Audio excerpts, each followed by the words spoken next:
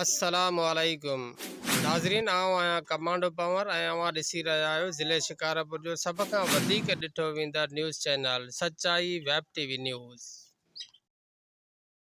नाज़रीन, RBUT civil अस्पताल शिकारपुर में All Sindh People's Paramedical Staff Association जो इजलास सिंध जे सदर सुलेमान मेमन जी सदारत में थियो, जंहिंमें ज़िले शिकारपुर तोड़े RBUT सिविल अस्पताल यूनिट जा उहिदेदार चूंडिया विया। इन सिलसिले में ज़िले शिकारपुर जो सदर मकसूद अहमद शेख, जनरल सेक्रेटरी वसीम सुजरा, जॾहिं त RBUT यूनिट जो सदर गुलाम नबी अबड़ो ऐं जनरल सेक्रेटरी मोहम्मद यूसुफ सासोली चूंडिया विया।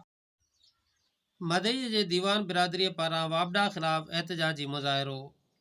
Metre reader Hameed Paur, supervisor SDO ऐं ॿियनि मिली भगत करे मदई जे दीवान बिरादरी सां तालुक़ रखंदड़ 30 खां 40 सार्फ़िन ॾांहुं 30 खां 40,000 ताईं जा डिटेक्शन हणी बिल मोकिलिया विया आहिनि।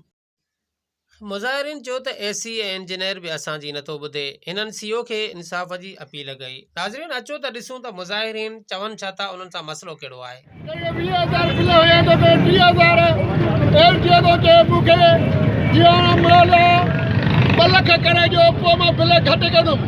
हुनजो हिकु वाठो बाबर भुट असां में ॿुधाइण था चाहियूं, ग़रीबनि में जारी बंदि कर।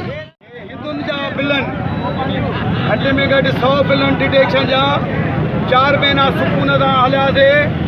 1 पॉइंट करे विया, असांजो त ठीकु आहे, जी बिस्मिल्लाह, असांखे को बि एतिराज़ न आहे। हुनजे बावजूदि हिन महीने में असां ते 20,000, कंहिंते 30,000, कंहिंते 40,000 असांजे डिटेक्शन आया विया आहिनि। ॼाणी बुझी असांखे चवनि था त तव्हां चोरी कयो, पर असां चोरी कयूं ई कोन था। इन जे करे त हाणे असांजो 1 पॉइंट थी वियो, असां ख़ुशि आहियूं। हाणे पाण असांखे हथ सां मुलवस कनि था।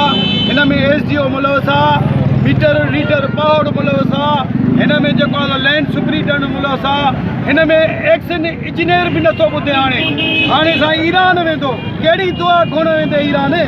असांजे लाइ दुआ तूं कहिड़ी घुरंदे?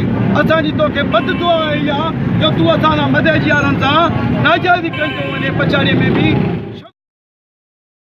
ज़िले शिकारपुर जे कुंड कुर्छ जे ख़बरुनि जे लाइ ॾिसंदा रहो सचाई न्यूज़।